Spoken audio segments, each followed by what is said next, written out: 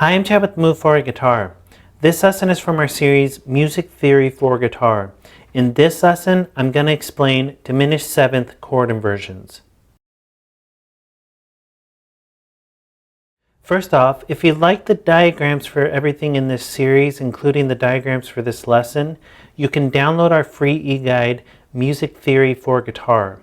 And this e-guide will be something that you can study and use as a reference for years to come. And like I said, it's free, so there's no reason not to just go download it.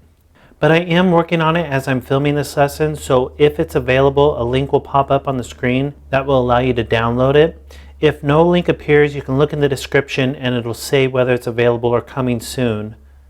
And if it's not available yet, you can sign up for our mailing list and we'll send you a copy as soon as it is available.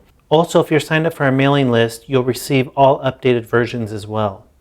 But don't worry, you don't need the e-guide to follow along with this lesson because all of the charts will be on the screen.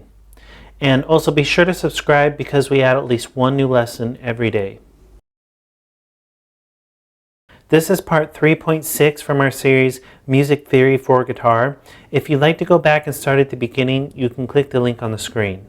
So I want to dedicate a lesson to diminished 7th chord inversions because, as you probably remember, I mentioned they're symmetrical chords just like augmented chords are symmetrical, and I think it's important to make sure that you fully understand what's going on when these get inverted up the fretboard. And I'm just going to start with drop 2 diminished 7th chords in root position. It doesn't matter what key they're in. They're technically, what I'm showing you is in the key of G, but that doesn't matter. This would work anywhere on the fretboard in any key. And the same concept applies to any string sets or to drop 3 chords or to close position 7th chords, but those are almost impossible to play for most people, or to any other type of diminished 7th chords. The same concept's going to apply.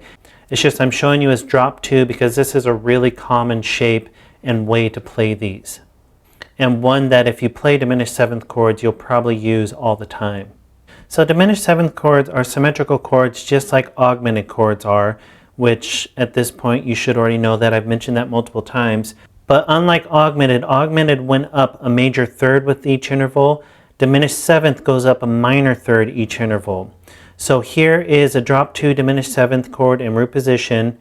To go to the next inversion, which would be first inversion, you're going to move every single one of these intervals up a minor third. And because they're all moving up a minor third, it means it's a symmetrical chord, which means that the shape is going to stay the same. So that would give you first inversion. So now you went up and you have the 3 as your lowest. You're in first inversion. The shape stays the exact same, but the order of your intervals changed.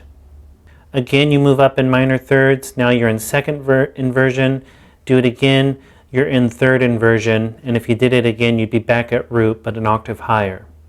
And here's all the inversions on those string sets. And obviously these will just keep repeating above and below. I've just drawn the ones that I just showed you. So here's the first one, root position, first inversion, second inversion, third inversion.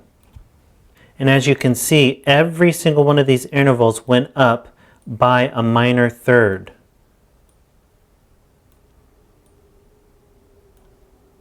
Which is 3 frets.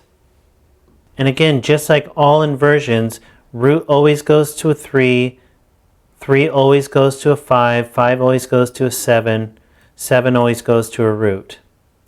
So if you try these out, you'll see that you can learn to play them pretty quickly up and down your fretboard, and it sounds really cool. It's used all the time in jazz and a lot of more advanced music, and it's used in blues as well. So it's something that you can get a ton of mileage out of. They're easy to play even though they're a more advanced chord. You can learn them quickly and start using them quickly.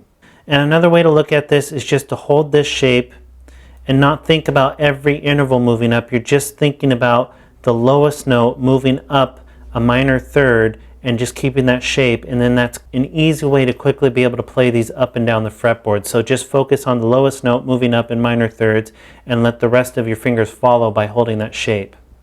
And diminished 7th chords are more advanced chords, and they're used in more advanced music like more advanced blues or jazz, but they're something you can learn quickly and start using right away because they're easy to play. You just have to learn the one shape and you can play them up and down the fretboard. So you learn the shape that fits for each of the string sets, and then all you have to know is to move them up in minor third intervals. And like I said, drop 2 chords like you have on your screen are some of the most common ways to play these. So that's just a quick lesson I wanted to do on diminished 7th chords to make sure that you fully understood that they're symmetrical chords like augmented chords, but they move in a different interval than the augmented chord, and that you just keep the same shape, and as you move it up in minor third intervals, the shape stays the same, but the order of the intervals changes. So go ahead and move on to the next lesson where I'm going to show you how to take a major 7th chord and just by moving one note at a time, get a dominant 7th chord, a minor 7th chord, a minor 7 flat 5 chord, and a diminished 7th chord. And again, be sure to download the e-guide. It has all of these charts in it. You can use it for years to come. It'll be a great reference to you. And be sure to subscribe because we add at least one new lesson every day.